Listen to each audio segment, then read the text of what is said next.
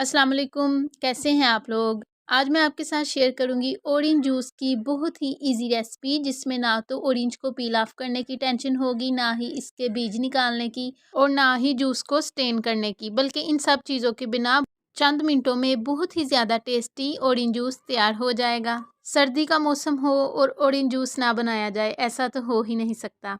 तो चले फिर ऑरेंज जूस बनाना स्टार्ट करते हैं। ऑरेंज जूस बनाने के लिए हमें सबसे पहले चाहिए ऑरेंजेस। इनको 2 पीसेज में कट कर लेंगे और इसके बीज बिल्कुल भी नहीं निकालने, क्योंकि आज मैं आपके साथ ऑरेंज जूस बनाने का ऐसा तरीका शेयर करूंगी जिसमें ऑरेंज के बीज नहीं निकाले जाते, बल्कि उनको निकाले बिना ही बहुत ज़बरदस्त ऑरेंज जूस तैयार हो जाता है।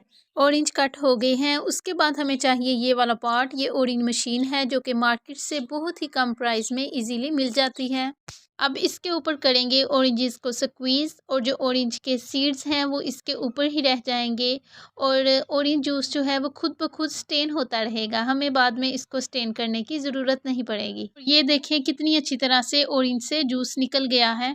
और इसी दौरान अगर आप मेरे चैनल पर नए हैं तो सब्सक्राइब ज़रूर कर दीजिए। ये आपकी तरफ से एक इनाम होता है हमारी उस मेहनत के लिए जो वीडियो बनाने के लिए हमने की होती है। जूस बन गया है और ये देखिए सारे बीज जो हैं वो इसके ऊपर ही रह गए हैं। जूस के अंदर एक भी बीज नहीं गया। वैसे तो ऑरेंज जूस रेडी हो गया है, लेकिन इसके टेस्ट को मज़ीद इंक्रीज़ करने के लिए इसमें 1 स्पून चीनी और 1/4 स्पून काले नमक का ऐड करेंगे और उनको जूस में मिक्स कर लेंगे। काला नमक और चीनी मिलके जूस को बहुत ही अच्छा फ्लेवर देंगे। बहुत ही ज़्यादा जायकेदार ऑरेंज जूस तैयार हो गया है। ये ऑरेंज जूस बनाने की बहुत ही ज़्यादा इजी रेसिपी है जो कि सिर्फ चंद मिनटों में तैयार हो जाती है और इसका जायका भी बहुत ज़्यादा अच्छा बनता है। तो आप भी ज़रूर ट्राई कीजिएगा और मुझे कमेंट बॉक्स में ज़रूर बताइएगा आपको आज की मेरी रेसिपी कैसी लगी, या जब आपने ये रेसिपी ट्राई की तो आपकी कैसी बनी और आपको कैसा फीडबैक मिला। मुझे आपके कमेंट का वेट रहेगा। अगर आपको मेरी रेसिपी अच्छी लगे तो इसे लाइक और शेयर ज़रूर कीजिएगा और मेरे चैनल को भी सब्सक्राइब ज़रूर कीजिएगा। अल्लाह हाफिज़।